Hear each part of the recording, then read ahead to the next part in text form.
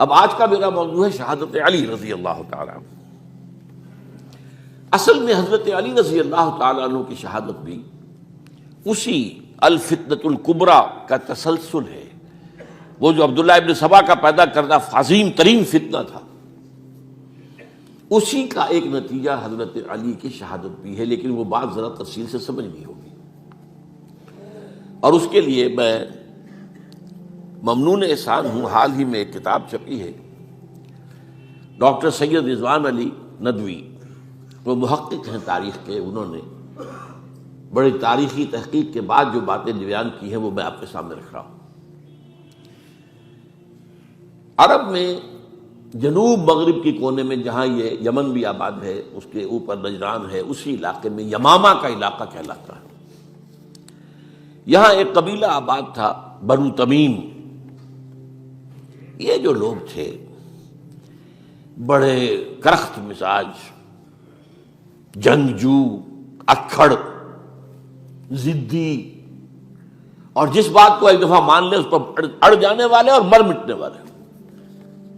یہیں سے فتنہ پہلا اٹھا تھا۔ سب سے بڑا جو نئے جھوٹے نبی کھڑے ہوئے تھے ان میں سب سے بڑا تو مسلمہ کذاب تھا، یہی تو علاقہ تھا۔ اور اس کے خلاف اس فتنے کی سرکوبی میں کتنے صحابہ، 1200 صحابہ ایک جنگ کے اندر شہید ہوئے، جن میں 500 جو ہیں وہ حفاظ تھے رضی اللہ تعالیٰ عنہ۔ تو یہ لوگ جو یہ تھے بڑے زوردار تھے۔ اس قبیلے کے بارے میں حضرت عمر رضی اللہ تعالیٰ عنہ نے ایک بڑی عجیب حکمت عملی اختیار کی۔ ان کو وہاں سے اکھاڑ کر اور ایران کی سرحدوں پر آباد کر دیا، اب جہاں پر جہاد ہو رہا تھا، تاکہ ان کے اندر جو یہ جنگجوئی ہے یہ اب اس مقصد کے لیے استعمال ہو، اب وہ دارالاسلام کی توسیع کے مقصد کے لیے استعمال ہو، اور وہ ہوئی۔ حضرت عمر نے 2 چھاؤنیاں بنائی تھی رضی اللہ تعالیٰ عنہ، کوفہ اور بصرہ، کیونکہ ظاہر بات ہے کہ اب جو اسلام کا دائرہ پھیل رہا تھا اور اسلامی حکومت پھیل رہی تھی، اور زیادہ تر جو ہے مشرق کی طرف پھیل رہی تھی، ایران اور خراسان وغیرہ کی طرف۔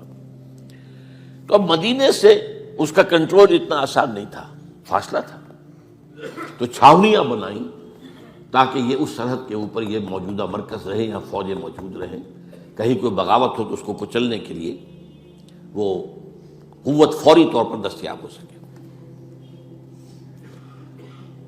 یہ لوگ ہیں کہ جو عبداللہ ابن سبا کی فتنے سے سب سے زیادہ متاثر ہوئے۔ ان کی مزاج میں وہ کجی تو تھی نا۔ حضرت عمر بھی ان کا جو ایک مضبوط کنٹرول تھا انہیں دبائے رکھا ہے، اور ان کا رخ جو ہے ایک دوسری طرف موڑ کر اس سے اسلام کو فائدہ پہنچایا۔ لیکن اس کے بعد جب فتنہ جو آیا یہ عبداللہ ابن سبا، تو سب سے بڑھ کر یہی لوگ اس کے ماننے والے، اور انہی میں سے وہ لوگ تھے جنہوں نے جانیں بھی دے دی ہیں، جنہیں حضرت علی نے زندہ جلایا ہے، اس لیے کہ وہ کہتے تھے کہ علی خدا ہے۔ اے علی تم خدا ہو، تم ہمیں آگ میں جلا رہے ہو، یہ تو تم ہمارا امتحان لے رہے ہو۔ وَلَنَبْلُوَنَّكُمْ بِشَيْءٍ مِّنَ الْخَوْفِ وَالْجُوعِ وَنَقْصٍ مِّنَ الْأَمْوَالِ وَالْأَنفُسِ وَالثَّمَرَاتِ۔ اب وہ اس آیت کو اپنے اوپر منطبق کر رہے ہیں۔ تو یہ جو کرخت لوگ تھے، انہوں نے در حقیقت جو ہے عبداللہ ابن سبا کے کردار میں سب سے بڑا رول پلے کیا، اور انہی کے ہاتھوں حضرت عثمان شہید ہوئے رضی اللہ تعالیٰ۔ اور اس کے بعد انہوں نے حضرت علی رضی اللہ تعالیٰ عنہ کو اپنے گھیرے میں لے لیا، کیونکہ انہی کی کثیر تعداد موجود تھی مدینے میں جب حضرت عثمان شہید ہوئے۔ اس کے بعد اب ظاہر بات ہے کہ کوئی نہ کوئی تو خلیفہ ہونا چاہیے تھا۔ حضرت طلحہ سے کہا گیا، انہوں نے معذرت کر لی، حضرت زبیر سے کہا گیا، انہوں نے معذرت کر لی۔ اب ظاہر بات ہے کہ حضرت علی آخر امت کو چھوڑا تو نہیں جا سکتا تھا بغیر امام کے، انہوں نے قبول کر لی، اگرچہ حضرت حسن روکتے رہے کہ ابا جان یہ ان لوگوں کی بیعت جو ہے آپ قبول نہ کیجیے۔ حضرت حسن تو ان میں سے ہے جو حضرت عثمان کے دروازے پر کھڑے تھے پہرے دار کی حیثیت سے، حسن اور حسین رضی اللہ تعالیٰ عنہ، انہیں تو معلوم تھا فتنہ جو کون لوگ ہیں۔ اس کے بعد حضرت علی رضی اللہ تعالیٰ عنہ نے اسی حکمت سے، جس حکمت کے تحت حضرت عمر نے یہ چھاؤنیاں آباد کی تھی، دارالخلافہ بھی مدینے سے کوفہ منتقل کر دیا، تاکہ پورے عالم اسلام کو کنٹرول کیا جا سکے اس مرکز کے ساتھ۔ اس کا نتیجہ یہ نکلا کہ اب گویا کہ حضرت علی کے گرد ان لوگوں کا گھیراؤ مکمل. کوفے میں یہی تو آباد تھے، کوفی یہی تو تھے. حضرت عمر نے انہیں لا کے یہاں آباد کیا تھا. جب حضرت علی نے کوفے کو اپنا دارالخلافہ قرار دیا تو گویا کہ ان کا پھر عمل دخل بہت بڑھ گیا. ایک طریقے سے یہ کہا جا سکتا ہے کہ انہوں نے اب حضرت علی رضی اللہ تعالیٰ عنہ کو اپنے محاصرے میں لے لیا. چنانچہ جنگ جمل کے موقع پر یہ ہوا ہے کہ صلح ہو گئی تھی. حضرت عائشہ رضی اللہ تعالیٰ عنہ کے جو نمائندے تھے اور ادھر سے حضرت علی، صلح ہو گئی تھی. طے ہو گیا تھا کہ ہاں قاتلین عثمان کو جو ہے اس کو سزا دی جائے گی، قصاص لیا جائے گا حضرت عثمان کی قتل کا. لیکن ان لوگوں نے 10,000 آدمی کھڑے ہو گئے کوفے کے اندر، ہم سب قاتل ہیں عثمان کے، لوگ قصاص ان سے اگر لے سکتے ہو. جس کے نتیجے میں اور انہوں نے جنگ شروع کر دی. اور جب جنگ شروع ہو جائے تو پھر اس کے بعد تو کوئی نہیں دیکھ سکتا کیوں شروع ہوئی، کیسے شروع ہوئی، کس نے شروع کی. اب تو یا مارو یا مرو، دو ہی باتیں ہوتی. 10,000 مسلمان ایک رات میں شہید ہوئے جنگ جمل. اب اس کے بعد حضرت علی رضی اللہ تعالیٰ عنہ کی خلافت جو ہے حضرت امیر معاویہ نے ماننے سے انکار کر دیا. جب تک قاتلین عثمان کو سزا نہیں دیتے ہم بیعت نہیں کریں گے. یہ نہیں کہ دعویٰ کیا ہو کہ میں خلافت کا حقدار ہوں، یہ نہیں، لیکن یہ کہ آپ کو ان کو سزا دینی چاہیے. اب یہ تھا وہ مخمصہ جس میں حضرت علی رضی اللہ تعالیٰ عنہ وہ فرماتے تھے کہ میرا ساتھ دو تو میں ان قاتلین عثمان سے سزا جو ہے ان کو سزا دے سکتا. ادھر انہیں پتا تھا کہ میں سرنڈر کرتا ہوں تو مجھے علی تک تو پہنچنے کوئی نہیں دے گا، راستے میں ختم کر دیں گے رضی اللہ تعالیٰ عنہ.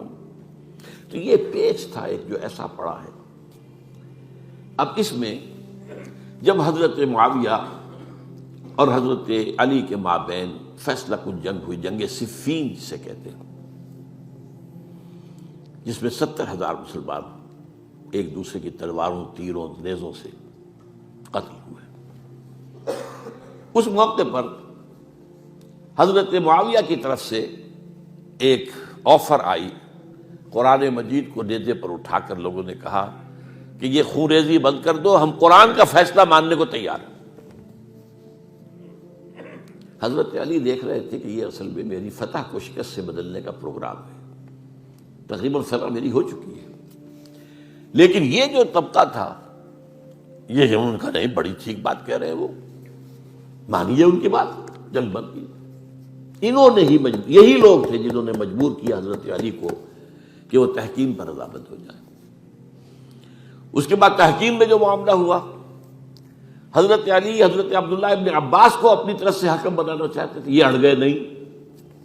یہ اڑ جانے والے لوگ، اور یہی اصل قوت تھے. وہاں ساری طاقت تو انہیں کی تھی. تو انہوں نے ابو موسیٰ اشعری کو اپنی طرف سے مقرر، وہ بہت نرم خو آدمی تھے، انہیں بناؤ. بہرحال جو بھی بات طے ہوئی، اب تاریخ کی روایتوں میں اختلاف ہو سکتا ہے. کہا یہ جاتا ہے کہ طے تو یہ ہوا تھا حکمین کے مابین، ادھر سے ابو موسیٰ اشعری، ادھر سے عمرو بن العاص رضی اللہ تعالی عنہما، کہ آپ اپنے جو کلائنٹ ہیں حضرت علی، آپ انہیں معزول کر دیجئے، میں معاویہ کو معزول کر دیتا ہوں. پھر جو ہے مسلمان فیصلہ کر لیں کسی اور کی عبادت. انہوں نے کھڑے ہو کے کہہ دیا میں علی کو معزول کرتا ہوں، اور عمرو بن العاص نے کہا کہ میں معاویہ کو قائم کرتا ہوں. اب یہ ہے روایت، واللہ عالم اس میں کتنا سچ ہے کتنا جھوٹ ہے. میں کوئی مورخ نہیں ہوں، میں کوئی تاریخ کا محقق نہیں ہوں. اس کے بعد جو ہے اب یہ لوگ جنہوں نے کہا کہ مانیے تحکیم کو، اور جب انہوں نے حضرت علی نے اس تحکیم کے فیصلے کو ماننے سے انکار کیا تو باغی ہو گئے. حضرت علی کو کافر قرار دیا، اور جا کر ایک جگہ پر حرورہ ایک جگہ تھی، وہاں پر جا کے جمع ہو گئے، جتھا بندی کی، بہت بڑی طاقت پر وہاں کر. انہوں نے طے کیا کہ علی بھی کافر ہو گیا، معاویہ بھی کافر ہو گیا، عمرو بن العاص بھی کافر ہو گئے، سب کافر ہیں. حضرت علی کی طرف سے ایک گئے سفیر ان سے بات کرنے کے لیے، تو انہوں نے کہا تم ہی نے تو کہا تھا کہ تحکیم کو تسلیم کرو، کہ ہاں ہم نے گناہ کیا تھا، کفر کیا تھا، ہم توبہ کی ہم نے. اگر علی بھی مان لے کہ میں نے مان کر کفر کیا تھا، اب میں توبہ کرتا ہوں، تو ہم ان کی بات مان لیں گے. اب حضرت علی اس طرح کا جھوٹ کیسے بولتے ہیں؟ انہوں نے تو کوئی کفر نہیں کیا تھا. بہرحال انہوں نے پھر بھی نرمی برتی کہ دیکھو اگر تم کوئی خونریزی نہیں کرو گے، فساد نہیں مچاؤ گے، تو میں تمہیں کچھ نہیں کہوں گا. لیکن وہ اپنی ان شرارتوں سے بعد نہیں آئے. تو پھر تیسری جو بڑی جنگ ہوئی ہے ان جنگوں میں، جنگ نہروان کہلاتی ہے، حضرت علی کی جنگ خوارج کے ساتھ، جس میں 4000 خارجی جو ہیں وہ قتل ہوئے.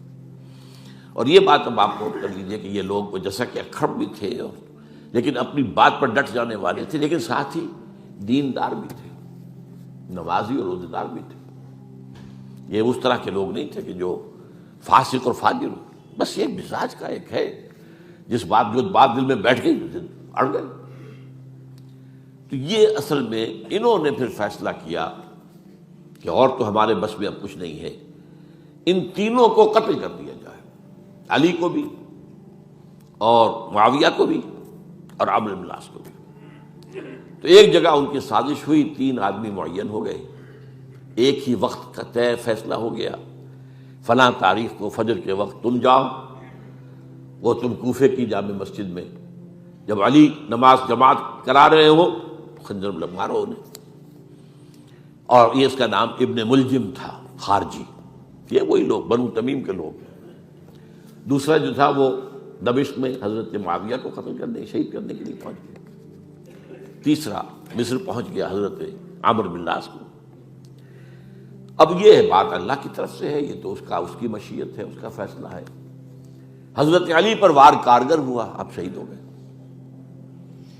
حضرت معاویہ پر وہ وار ذرا اوچھا پڑا، زخمی تو ہوئے لیکن آپ کی جان بچ گئی. عمرو بن العاص اس روز مسجد میں کسی معذوری کی وجہ سے، عذر کی وجہ سے فجر میں آئی نہیں سکے، لہذا حضرت علی کی شہادت ہو گئی.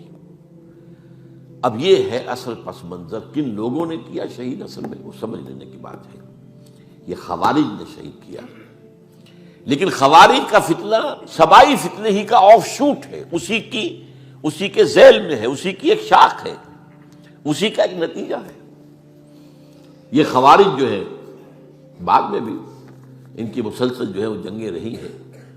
بہرحال اس صورتحال کو یہ سمجھ لیجئے کہ یہ خلفائے ثلاثہ رضی اللہ تعالی عنہ، حضرت عمر شہید، عثمان شہید، علی شہید. عجیب بات ہے کہ تینوں کا نام عین سے شروع ہوتا ہے، عمر عین سے، عثمان عین سے، علی عین سے. تینوں شہید ہوئے ہیں. لیکن یہ کہ یہ ہے تاریخی پس منظر.